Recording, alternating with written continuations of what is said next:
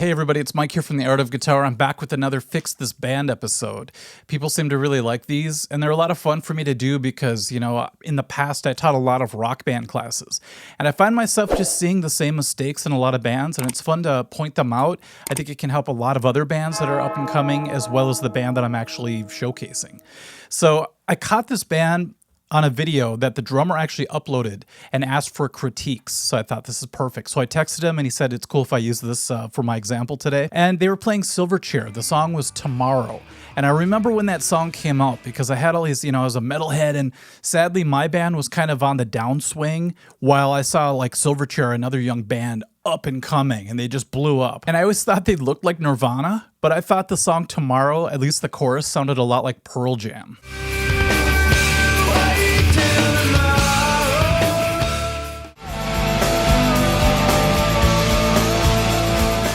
So I ended up buying their album called Frog Stomp, and the first tune on it actually sounds a lot like Soundgarden. I thought it was kind of like the Stone Temple Pilots effect, where you could really hear the influences of the band on their first album, but then in later albums, they find their own sound. I really thought Silverchair was a tight band right off the bat. Being a three-piece and sounding huge like that, the drummer hit real hard, kind of like Lars Ulrich, and, the singer, all the girls had a crush on him. A girl that I liked had a crush on him as well. Maybe that's why I was a little bit like, he just wants to be Kurt Cobain. I was a little bit bitter, I think. I remember saying to her, yeah, I think he looks a lot like Helen Hunt, actually. She got mad at that, but it's not a diss, Helen Hunt's a good looking person. Anyway, so when I saw this band playing in this bar, I guess it's for sound check, that's what the drummer said.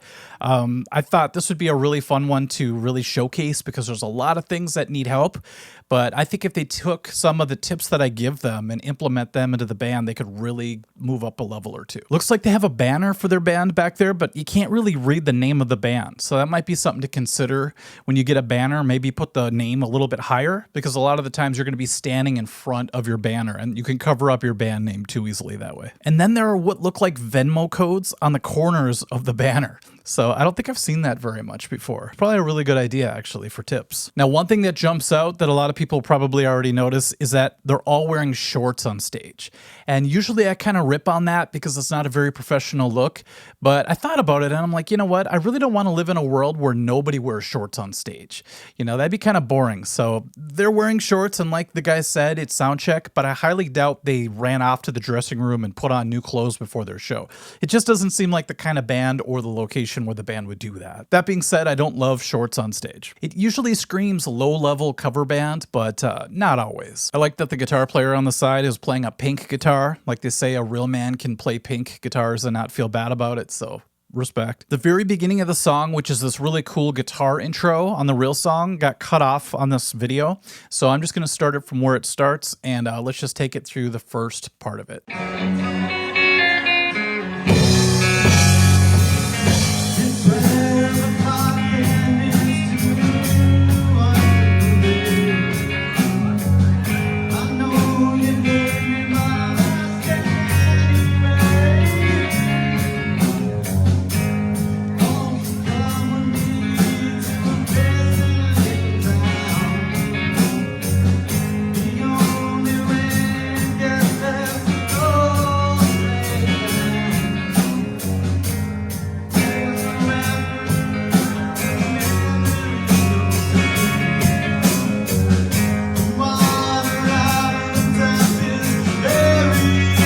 Let's pause it there. So right off the bat, there are those hits that bring you into the song, and the band was off on those hits. It was a real weak way to swing into the vocals. And if you're the singer, that's a bummer because, you kind of want to have a head start. You don't want to be behind the 8 ball right off the bat. So when those hits are really kind of off, it just kind of shoots yourself in the foot right away. A lot of people ask me why I tend to critique the drummer a lot. And I think that's because, number one, I play drums as well, but it's because the drums are the heartbeat of the band. That's why I love it when a drummer's just solid, because if a drummer's really laying it down, the rest of the band kind of levels up with that. If the drummer is kind of like a little bit off, it seems like it's really hard to recover from that with the rest of the instruments. Now that being said, what I'm hearing is that the drums are kind of slogging behind at a slow tempo. I timed it. They're playing at about 66 beats per minute. The actual recording from Silverchair is closer to 70. So what I did was I took part of this performance and I sped it up a little bit to show you if you just brought it up 4 or 5 beats per minute, it can actually feel a lot better. Check this out.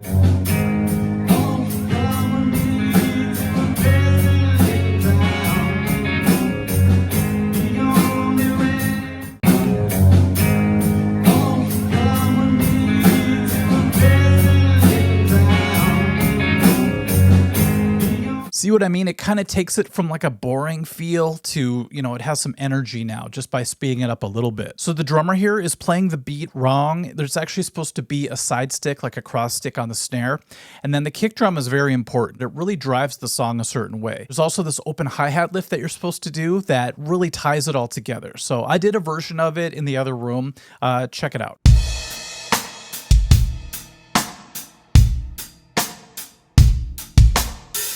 You see how it moves the beat with that kick pattern and that open hi-hat? There's just something about that. And then putting that cross stick, that side stick there instead of a regular drum hit really makes when it does open up that much more effective. So it's supposed to be real subtle here. That being said, the beat that the drummer's doing here is passable, but it's just not optimal, if you will. I had to do a double take when I saw the singer, when they did the closer up of the band, because I'm like, is that Oliver Anthony? Now in the comment section where I saw the video, a lot of people were dissing the vocals, Some people were mean about it, but there's a lot of room for improvement in the vocal area. I like the tone of his voice, but he's often hitting flat notes and it sounds a little bit like he's already struggling, so I'm worried about the next part of the song when the vocals go really high in the real version. In the real song, there's this really cool clean guitar tremolo effect. There's no And since Silverchair only has one guitarist because they're a three-piece band, this band has two guitars in the band. So I thought it'd be really great if the singer had more confidence in the vocals. He could play those little, tremolo parts in the background on the guitar. I like how they all tuck their cables behind their straps. It's a very pro move. I always talk about that because bands that just let the cable hang down tend to have issues where they'll step on the cable and walk away and rip it out. When I first saw this video, I didn't know it was the sound check, and I thought that one guy on the side was the only person watching, and I felt so bad because he would stand up and walk out, every once in a while, come back, walk away again.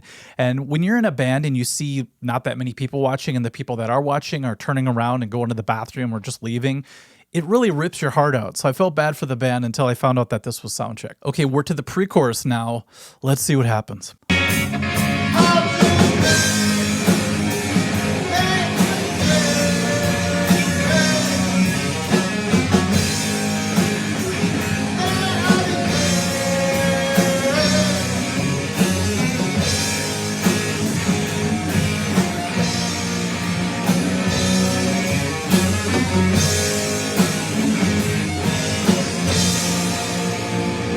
Yeah, you could really hear his voice struggle. It tightens up during the really hard to drink line, because that part is hard to sing if you don't have a range that goes up there. It's like that struggle.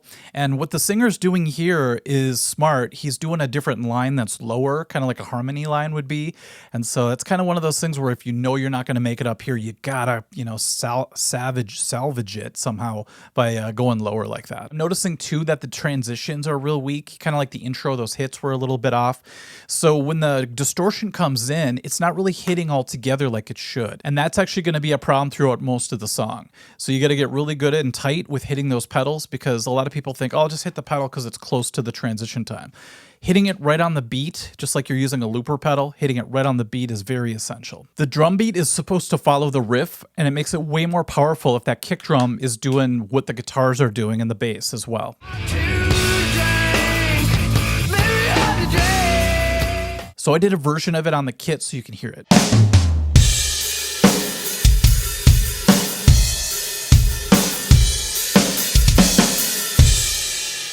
Also, the drummer in this band is going to the ride cymbal quite a bit throughout the song. And if you listen to the actual version, I'm really a stickler for this as well. If you watch my other videos, you know this. There's actually no ride cymbal going on. The drummer for Silverchair is hitting a lot of sloshy hi-hat, but not the ride. Even though I think him playing the ride doesn't sound bad, it actually sounds pretty cool. But if you want to be a little more true to the song, open up that hi-hat and do the old, Pearl Jam hats going on there. Okay, we're up to that Jimi Hendrix clean tone part, which I always loved about the song, that they go into that all of a sudden. And then go into the chorus. It's such a great arranging idea. Okay, here we go.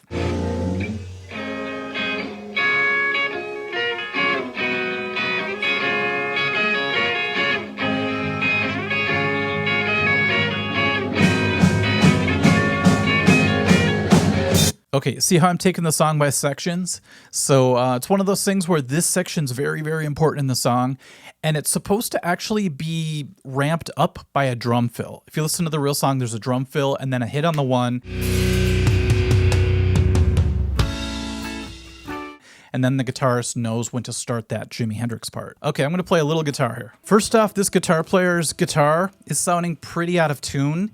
I don't think it's the overall tuning of the guitar. I think he's just mashing the strings, because whenever you play up here on the fretboard, it's easy to push too hard and you could push your strings, the intonation off, so you can get like kind of a bad sound like that. So you need to really use a light touch sometimes to get a more in tune sound. It's a cool part because you use these little, kind of like when you play an F chord, you're using these little shapes, and then he's going from A up to D.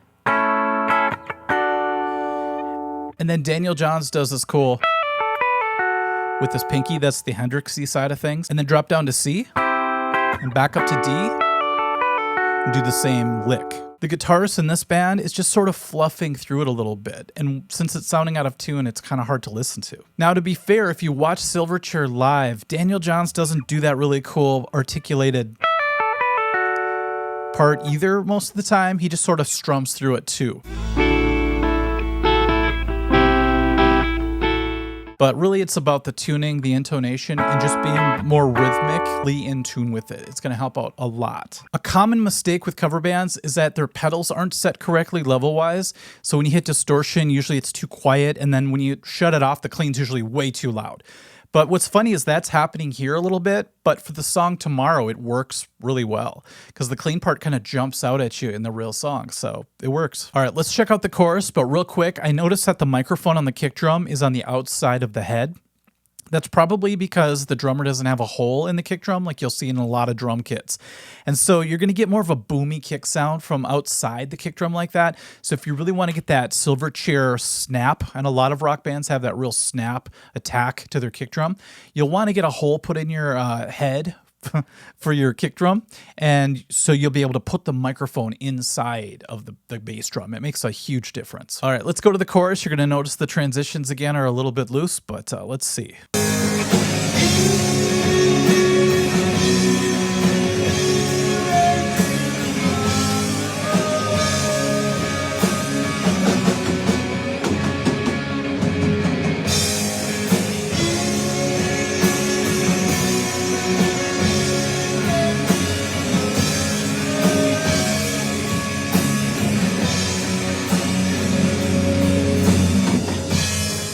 I noticed there's really no monitors on the stage, which is really weird. Maybe that's why. Maybe the singer's having some trouble hearing himself or something. But I don't think they're using in-ears. I can't see anything in their ear. No wires coming down. And I don't see anything up high, except for the PA speakers pointing outwards. So maybe they're rolling without monitors here. That would suck. Hopefully at least the drummer has a monitor so that he could hear something back there. Okay, it's just a matter of the singer's voice is not able to sing well that high. So this could just be a decision to maybe choose a different song or, I don't know, transpose this one. I mean, they're already down a half step from what Silverchair is at, but you really don't want to do that too much. If you're bringing things like 2 steps down, it just gets real sludgy and weird. Because his voice is actually sounding decent when it's sung lower, so maybe aim for those mid-range to lower songs a little bit more for this band. Now for the chorus, there's this really badass drum part. The drummer hits on the 2 beat. And he includes like a floor tom, and sometimes he'll do 2 toms on the hit. So it's like 1, 2, and it's real epic. But the drummer here is not doing that, so it's kind of a missed opportunity in my opinion. Okay, before we get to the solo, I forgot to mention that those 4 hits, they're so epic on the album. The band here is doing it too many times, so you don't have to do these as much as you would probably think. It's really fun to do. That's probably why, you're inclined to do it, but it's actually not that many times in the song. All right, let's check out one of the bright spots of the song here, the solo. Here we go.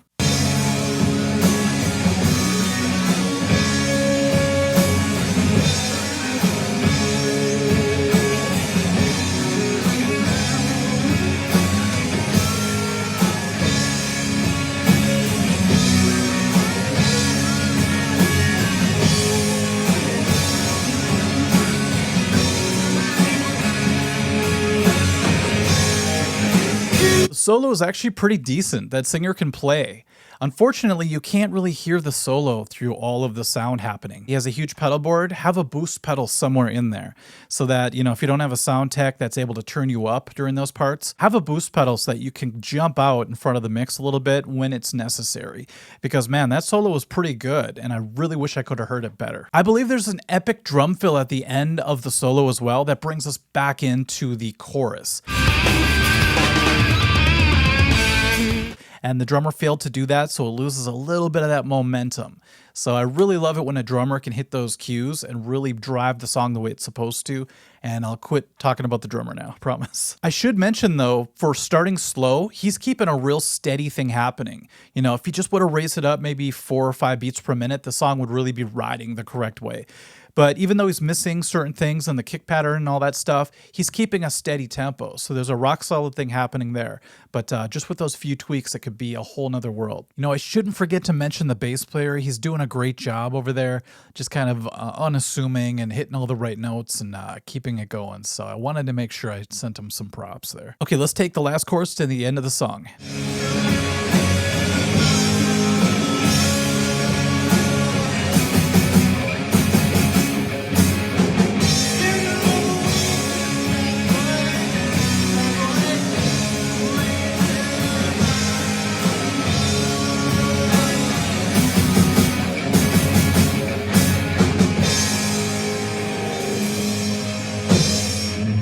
Now, usually I mention the stage presence, and, if you're watching this, you could tell they're just sort of standing there like statues for the most part, except for the very end. The singer finally does like a rock star move. And this is a common thing. A lot of drummers do this as well, where they hold back a lot during the song because they're focusing and concentrating so much. But as soon as they know the ending is near, they finally relax. And if I could just take the last 10 seconds of any like mid to low range band and get that energy to the rest of the song, it would make a huge difference. So what I usually see with drummers is they'll just really lock up and they'll be kind of tight through the whole song. Not in a good way tight. And then at the end, they'll be like, oh, here's a huge drum fill and boom. And you're like, where was that energy through the rest of the song? In this case, it was the singer guitar player who was like, yeah. And he does like a rock star move at the end, a little Pete Townsend. And I would love if the band got more confident and had more reps, let's say, and they could be more like that during the song. That being said, if this was a sound check, then, you have a built-in excuse because you're not trying to have stage presence. But I'm guessing when the actual performance happened, it was similar to this. I just feel that. I asked the drummer if they had any actual footage of the show and he said no. So this is all I have to go off of. It's also one of those things where some bands jump to the stage a little too soon. And even though part of me is cool with that because it's like, get out there and see, and learn the ropes just by getting out there. But you might be doing harm with your band if you get out too early and you're not super tight.